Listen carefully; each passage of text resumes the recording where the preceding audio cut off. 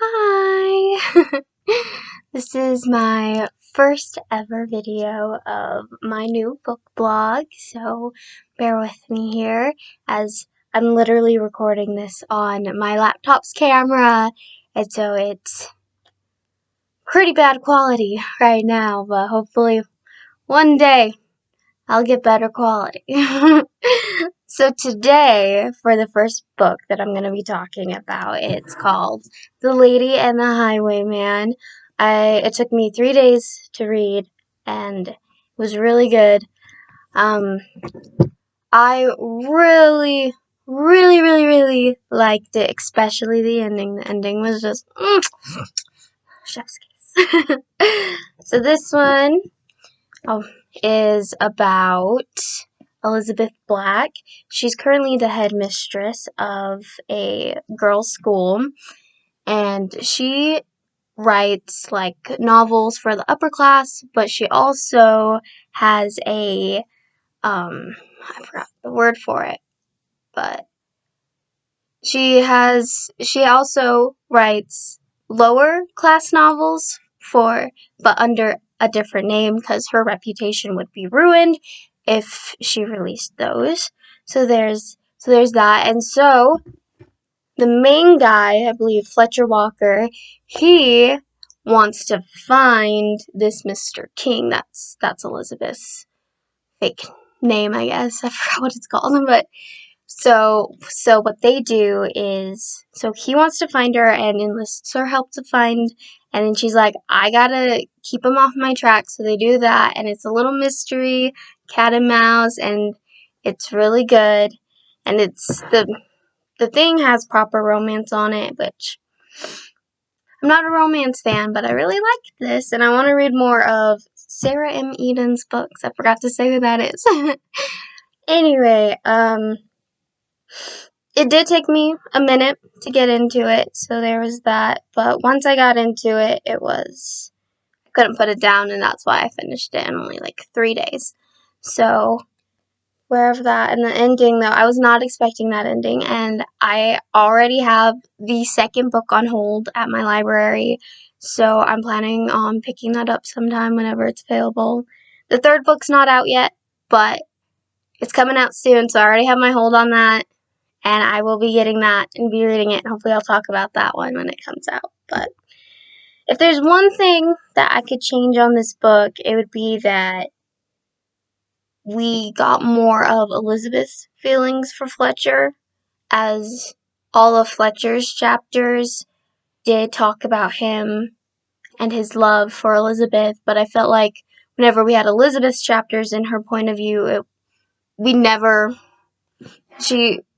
we got alluded to her feelings, but it wasn't like outright said until the very end of the book, which I'm like, oh, okay. But definitely check it out. I'll put my Twitter that you can talk to me on, and we can chat about it if you'd like. But I do have some favorite quotes on my phone which I can share. So one of them I liked. It said, Elizabeth said, "You and I must stand as proof that a female mind can indeed receive education and be improved by the effort. The girls at my school are no different." Which was powerful. Love that. Another one that really spoke to me was, "It does not do to ignore success in one's chosen field, even if that success occurs in slightly different inclinations that one is accustomed to." I really liked that one since, I'm going to keep it up until I can look at it. But since, it's true, like, you want to probably stay caught up with the people in your field. Like, I don't know, when I read that, I was thinking about, oh yeah, like if someone's in art or something, you probably want to stay caught up with all the artists that are around. So, because, even if you're not successful yourself, you should still see the people who are and maybe change your tactics to see what they're doing. Anyway, I'm going to move on from that. Another one I liked is, The girls likely hadn't the first idea what awaited them at the end of their journey. This world was a cruel old place, which, the world really is cruel, especially now in today's time. And it's just, I know people that the world wasn't such a bad place. They'd want to be like, and this is off topic, but they'd want to bring kids in because since the world is such a bad place, they don't want to bring kids into this, which I'm like, I don't blame you. I don't blame you. This world is horrible and just kicks you right in the butt. Let's see, what's this one? When one lacks the opportunity to rewrite one's words, one is far more likely to use them incorrectly. That was a really good one. Oh, I love Fletcher's nickname for Elizabeth in this, which is in this quote. So just bear with me here for a sec. Assume all you want, Dove. That don't make it true. Which is true, because, there's that saying, you know what assuming does, and, go on from that. But it's true, you don't want to just assume things and stuff as that too. I mean, I've seen it with celebrities and all that, like, there's speculation, scandals, but we can assume what we want. Sometimes it's true, sometimes it's not. Like, I think I forgot to read this part, but later in the page,